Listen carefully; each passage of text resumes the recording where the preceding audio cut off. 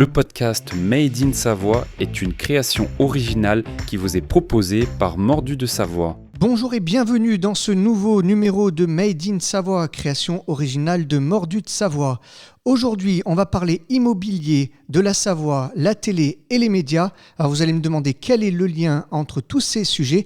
Eh bien, c'est notre invitée, Marie Héritier. Bonjour. Bonjour à tous. Merci beaucoup de votre invitation. Alors déjà, dans un premier temps, est-ce que vous pouvez vous présenter en quelques mots? Quel est votre parcours? Bien sûr. Alors, je suis actuellement sur l'émission Proprio à tout prix, experte en la matière immobilière. Mon parcours est né dans le tourisme. Précédemment, plutôt dans l'art et le tourisme, puisque j'ai fait des écoles d'art en parallèle d'une formation pure tourisme, un milieu dans lequel j'évolue au quotidien depuis mon plus jeune âge, puisque j'ai été immergée complètement dans les stations de ski, stations de sport d'hiver, à rencontrer une clientèle internationale qui venait donc investir à la montagne. J'ai ensuite été élue pendant 2 mandats, et puis aussi à la commune de Bourg-Saint-Maurice-les-Arcs. Et puis ensuite, un parcours journalistique en parallèle, aussi bien en communication pour la Défense qu'au Dauphiné Libéré, ou sur une radio également, Radio Altitude, qu'on connaît dans le secteur.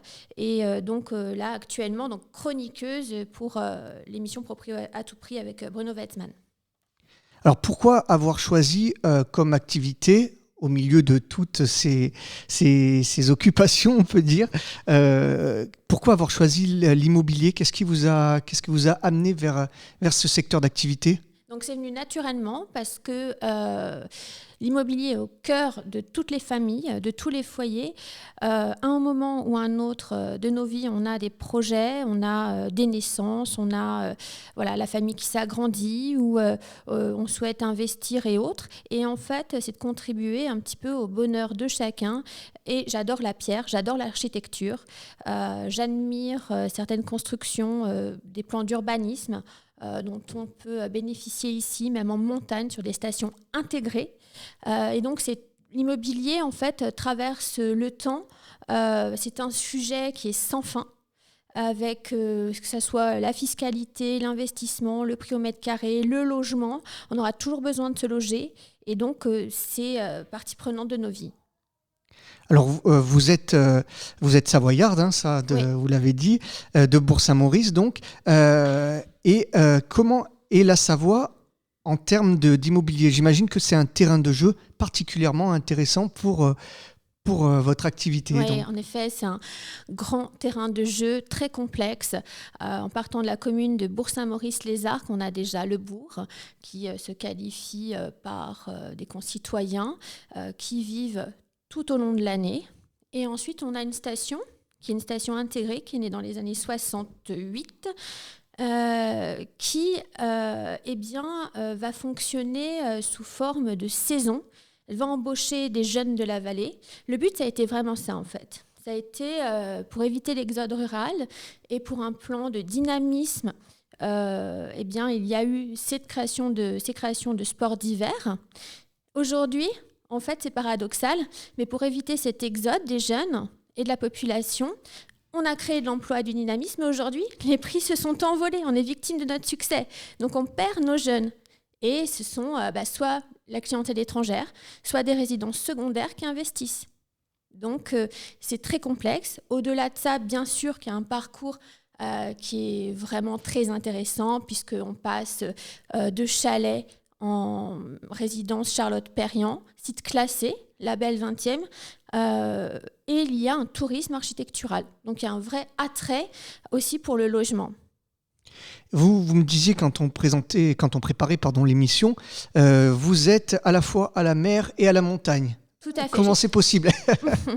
Eh bien, j'ai un clone. Vous savez, la technologie avance à grands pas, la science. Et avec de l'IA, en fait, nous sommes deux. Voilà, j'ai mon clone IA. Plus sérieusement, je me suis diversifiée puisque j'ai solidifié mon activité en montagne. Donc, c'est-à-dire en montagne, c'est tout le secteur de Tarentaise. Donc, je vais jusqu'à Val Thorens. De Bourg-Saint-Maurice, je sillonne les stations jusqu'à Val Thorens. Bon, c'est 1 heure de route, D'accord, c'est oui. c'est magnifique, station aussi dans la Roche, c'est très impressionnant. Et donc j'accompagne ma clientèle et j'ai remarqué, j'ai remarqué qu'au fil du temps, ma clientèle était internationale. Elle pouvait aussi venir du Gard, région que j'affectionne particulièrement, mais j'ai vendu par exemple l'appartement d'un médecin à Val Thorens. Ensuite, j'ai eu des clients de Nîmes qui m'ont donné leur appartement à vendre. Et ainsi de suite. J'ai placé des gens de Savoie sur des investissements sur Nîmes. J'ai vendu un appartement à des Américains. Nous avons signé le compromis à Nîmes avec un notaire bilingue. Donc vous voyez, je voyage. Bon, c'est que 4 heures de route, 3 Oui. petites heures de route. Mais c'est très intéressant et je diversifie mon produit, surtout en période, on va dire, de crise immobilière où tout est bon à prendre. C'est-à-dire que je m'entoure de bonnes personnes et d'ailleurs, j'ouvre ma conciergerie. Et du coup, quelle est la particularité de chacun des deux sites, on va dire, la montagne et la mer avec le Gard Alors c'est le tourisme, c'est-à-dire qu'on a une économie de tourisme en France. On a les loueurs meublés, le Airbnb, comme on appelle ça. Et c'est vrai que c'est intéressant aussi de renseigner les gens pour le bien-être. On est le premier site touristique et de passage, puisque même Nîmes, les touristes s'arrêtent. Beaucoup d'Hollandais, par exemple, qui vont même en Espagne. Le but, c'est de les fixer en France et de plus en faire du Gard une ville simplement de passage. Alors, vous êtes également la chroniqueuse Savoie de Proprio à tout prix, une émission donc sur les chaînes du groupe M6, W9 et Sister. Comment vous avez participé au casting? Comment ça s'est passé?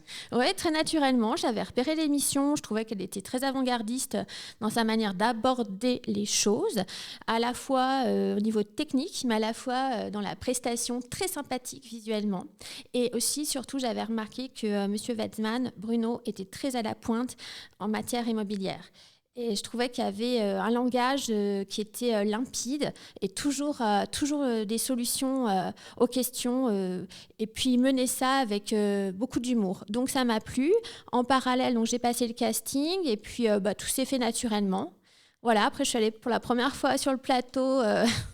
C'est vrai que ça faisait très peur. Je n'avais jamais fait de télé. Donc, j'avais nourri certains médias, mais pas la télé. Et on a une petite surprise, Marie. Ah, merci. Puisqu'on a au téléphone Bruno Wetzmann, qui est le excellent. présentateur et producteur de l'émission. Bonjour Bruno Wetzmann. Bonjour à tous les deux, quel plaisir de vous avoir au téléphone. Plaisir. Merci. Est-ce que les pistes de ski sont ouvertes? Bien sûr. Elles vous attendent. Je t'attends au sommet de la piste noire. Bon, très bien. Écoute, prépare le petit vin chaud et on arrive avec les caméras. Ça marche, à toutes. Donc l'émission, pour être clair, donc on est une sorte de magazine de l'immobilier qui réunit une centaine d'experts, de correspondants permanents en région, pour aller faire découvrir aux téléspectateurs l'immobilier, l'art de vivre dans nos régions. Donc ce magazine, il est diffusé à 11h15, de 11h15 à 12h15 le samedi sur Sister. Mmh. Et pour compléter ce dispositif, je dirais, de chaîne de marque, nous avons également des programmes courts qui sont présentés par nos consultants directement et qui consistent à faire un jeu de l'estimation des biens donc avec le téléspectateur. Donc on sélectionne partout en France, il y a un grand casting national qui est ouvert où en fait nos consultants reçoivent les candidatures de propriétaires qui sont en train de vendre ou qui ont vendu et on va en quelque sorte sélectionner des biens pour informer le téléspectateur d'abord du prix de l'immobilier dans les différents secteurs que l'on représente et également les faire jouer à deviner le prix avec des indices donnés par notre expert qui présente ce petit programme sur les chaînes du groupe M6. Donc à savoir W9, Sister, Paris Première et Teva. D'accord. Et du coup, Marie, quelle experte c'est? Comment vous la qualifieriez? qualifieriez? Eh ben, en fait, Marie est notre experte donc sur deux secteurs, le secteur de Nîmes qu'elle affectionne particulièrement, et puis le secteur de Chambéry, la Haute-Savoie, donc sur lequel effectivement elle a passé les castings avec brio, et les critères de sélection de nos experts se font sur l'expertise, le nombre de ventes, les avis, la santé financière, la capacité à pouvoir s'exprimer devant une caméra, ou en tout cas les aptitudes pour y arriver. Et donc, Marie remplissait un peu toutes les cases. D'accord. Et du coup, elle a remporté, entre guillemets, le casting face Oui. à d'autres potentiels participants. Oui. Exactement. Alors aujourd'hui, on est une centaine de consultants à travers la France, et effectivement, pour chaque secteur, chaque région, chaque ville, on a des castings qui s'ouvrent. Alors là, pour les experts immobiliers qui doivent en quelque sorte représenter et devenir les ambassadeurs d'une ville ou d'une région. Et donc, en fonction de leur capacité à couvrir ce territoire, on a en quelque sorte des profils qui se démarquent. Et ça a été le cas de Marie. Et comment elle est au niveau négociatrice immobilier? Écoutez, déjà, c'est plus qu'une négociatrice immobilière, c'est plutôt une chef d'entreprise qui fait beaucoup d'affaires, qui conseille beaucoup de monde, qui a beaucoup de protégés, qui est très humaine, et qui, en quelque sorte, sait, je dirais que un projet immobilier est un tournant souvent dans la vie, et qu'il faut être extrêmement attentif et dispenser les bons conseils de manière transparente aux gens dont elle s'occupe. Donc c'est une des qualités premières d'ailleurs de l'émission, qui a une vocation informative et journalistique. Donc les experts doivent garder leur neutralité et être capables de dire la vérité aux gens sur la situation, sur les difficultés ou les bonheurs que l'on peut avoir quand on déménage, ou qu'on change de lieu, ou qu'on change de maison, ou on change d'habitat, ou qu'on change de ville d'ailleurs. Et donc ça demande à la fois une expertise immobilière, mais également beaucoup d'empathie et de psychologie, parce que il y a autant de types de propriétaires ou de types d'acheteurs que de personnes dans la vraie vie. Donc on a des jeunes, des moins jeunes, des plus vieux, des chefs d'entreprise, des ouvriers, des cadres, voilà. Donc il faut être capable de se mettre à la hauteur de l'interlocuteur que l'on a. Et c'est vrai que Bruno, je t'ai entendu, je te remercie vraiment pour tes encouragements, et j'ai beaucoup à apprendre encore, et c'est vrai qu'à vos côtés, t'avoir rencontré, j'ai aussi une vision plus claire du marché, qui est quand même difficile, où il faut tenir une objectivité. Exactement. Et donc ça, c'est effectivement une des caractéristiques principales, c'est aussi l'aptitude à devenir animateur, parce que ça s'improvise pas, de passer devant une caméra, vous le savez, il faut être capable de punchliner, d'avoir des propos intéressants, d'être pertinent, de pas enfoncer des portes ouvertes, de pas dire des lieux communs.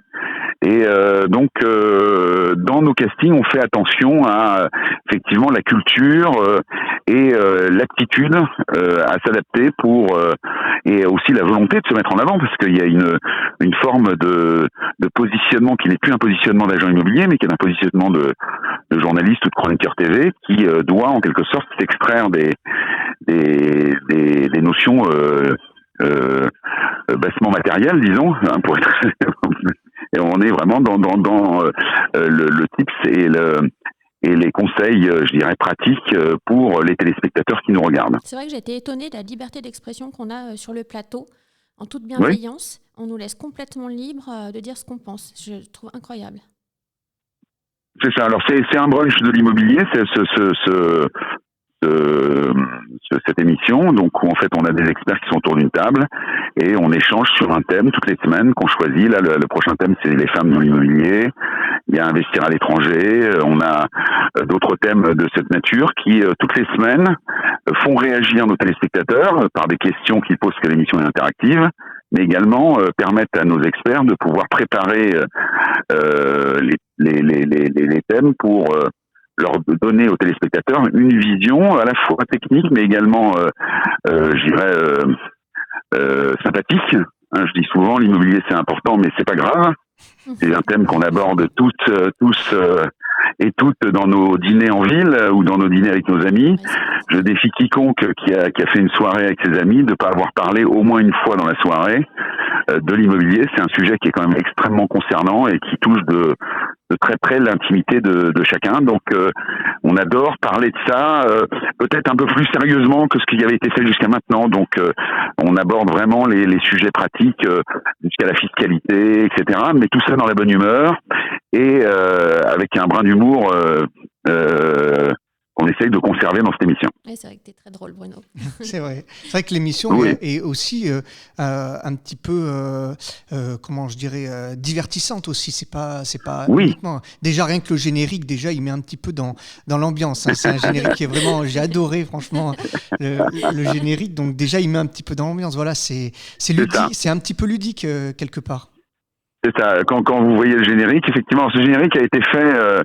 La voix off de ce générique, c'est un certain Manu Joucla, qui est un ancien des Nous c'est nous, qui est aujourd'hui réalisateur, vous voyez, Jean Dujardin, Bruno Salomon, etc. Vous vous rappelez de cette période des années 90-2000. Les Nous c'est nous. Les Nous c'est nous, ouais. Nous c'est nous, vous c'est vous. Voilà. Et donc, Manu a participé effectivement, il fait la voix off, il a participé à l'écriture des génériques. On a une cinquantaine de génériques qui ont été tournés avec différents types de personnalités et effectivement ça introduit bien en quelque sorte l'ambiance de l'émission. Récemment, on vient de recruter un chroniqueur assez jeune, une trentaine d'années, qui est un des animateurs phares de Skyrock, qui s'appelle Maxime, et donc qui nous fait la banane de la semaine pour terminer l'émission. Donc on s'amuse à aller trouver sur Internet les annonces immobilières, je dirais un peu délirantes, un peu comment on pourrait dire ça, qui sont des bananes en fait. Hein. Il a appelé ça une banane.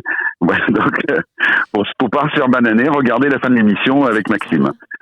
Et il y a aussi le burger. Là, vous avez fait une action caritative. Oui. Ça aussi, j'apprécie beaucoup. C'est ce côté humain dans cette émission qui est omniprésent. C'est ça. Donc là, avec nos consultants du Nord, qui sont très impliqués dans la vie associative, on a été dans un resto à Arleux pour faire le burger de Propriété à tout prix, qui s'appelle le Burger, et en fait, dont tous les bénéfices sont reversés à une association caritative locale. Ça a fait l'objet d'une belle séquence pour mettre en avant la région et les produits régionaux. Et puis, parallèlement, c'est une bonne action. Donc, on montre aussi la face cachée ou la face immergée des gens qui habitent dans nos belles régions. Eh ben, on t'attend pour la fondue. Ouais, exactement. Ah bah ça, avec grand plaisir, avec grand plaisir. Merci en tout cas, merci. Merci. Et alors justement, vous avez découvert le monde de la... Oui. Vous avez découvert le monde de la télé. Vous en pensez quoi maintenant que vous êtes dans le poste ? Ouais, c'est très sérieux, vraiment très sérieux. Il y a des deadlines, il y a une vraie locomotive en fait. Ça implique des équipes et c'est très très carré. C'est pas du tout, on va dire, strass et paillettes dans le sens négatif. C'est très carré, très droit, très sympa en même temps. Très bon accueil, bien organisé. Et puis, il y a le côté quand même assez star parce qu'ils reçoivent, j'ai pu faire la rencontre de Philippe Candeloro, par exemple. J'ai eu beaucoup d'atomes crochés avec lui. On a parlé d'Albertville, là où nous sommes en train d'enregistrer, donc le patinage artistique. Donc, j'ai rencontré aussi d'autres têtes d'affiche, quand même des personnalités. Et c'est très intéressant, très enrichissant aussi de rencontrer d'autres chroniqueurs. Et non, j'ai trouvé que c'était très sympa. Il faut être à la hauteur aussi du projet derrière. Et on est autour de la table, donc défendre aussi certaines idées et nous donner carte blanche dans notre discours. C'est vrai que c'est bien.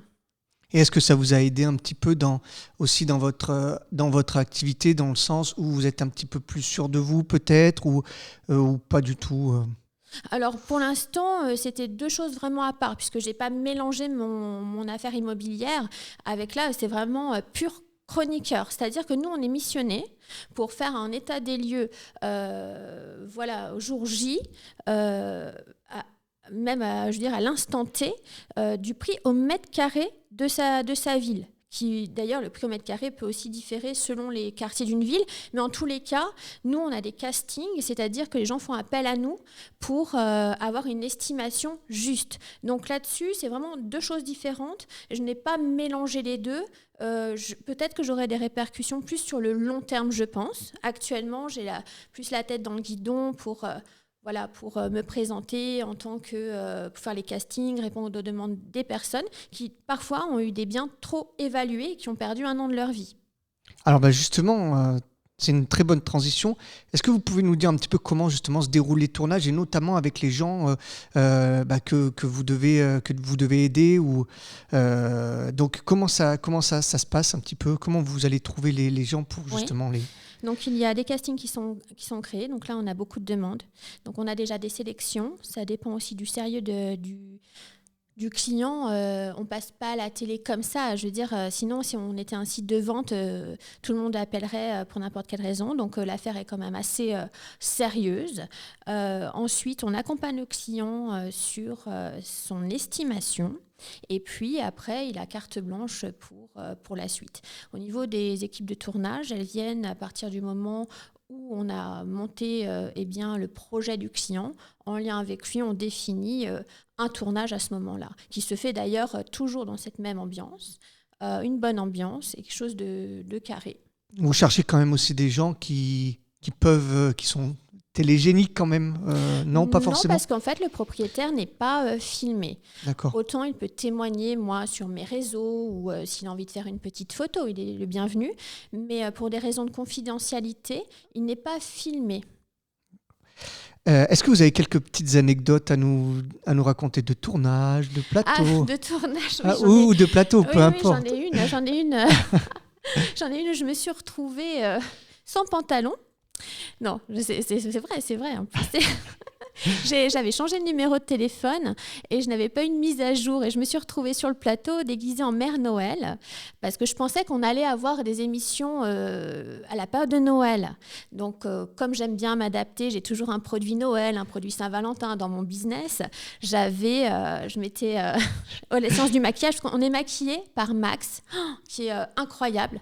C'est fabuleux. Enfin, il nous refait une tête vraiment parfaite. Et ensuite, je me suis changée dans la loge et je pensais bien faire. Et là, le drame, je n'avais pas vu. Je n'avais pas eu l'appel, je n'avais pas vu quiproquo de changement de numéro de téléphone où en fait, il n'y avait pas d'émission pendant Noël. Oh là là. Et là, ça a été le drame, puisqu'en fait, dans la panique, j'avais laissé mon pantalon dans une loge et je savais plus, je devais vite passer, vite tourner. Donc, j'ai mis un petit pantalon que j'avais. Une copine chroniqueuse m'a passé un petit haut, mais c'était folklore. Donc là, je pense que le coup de la Mère Noël, tout le monde s'en souviendra. Alors, vous avez aussi, vous l'avez dit, une expérience dans la presse écrite et dans la radio. Alors, c'est finalement un univers qui vous passionne, les médias, et puis maintenant un petit peu les médias sociaux. C'est quelque chose justement qui vous passionne? Oui, alors les médias sociaux, je ne suis pas à la pointe. Y a les jeunes générations vont détrôner l'affaire, mais en tout cas, oui, sur la presse écrite, j'ai toujours aimé écrire. Et vous écrivez encore d'ailleurs? Oui, j'écris encore, c'est vrai. J'ai choisi les sujets. Le Dauphiné a aussi une liberté de ton. Et j'aime beaucoup écrire. J'écris aussi pour moi. J'écris des recueils de poèmes. J'écris sur l'actualité immobilière. Donc, à suivre. Donc les médias, en tout cas en général, c'est vrai que c'est la télé finalement, c'était que la suite logique presque, non? Apparemment oui, ça fait partie un peu de la logique, mais en même temps jamais j'avais pensé à ce média. Mais c'est vrai que c'est très appréciable et j'aime beaucoup relayer l'information. Je pense avoir une certaine objectivité qui est indispensable et j'adore retranscrire, c'est vrai, les informations. J'ai toujours aimé ça et je souhaite poursuivre, bien sûr.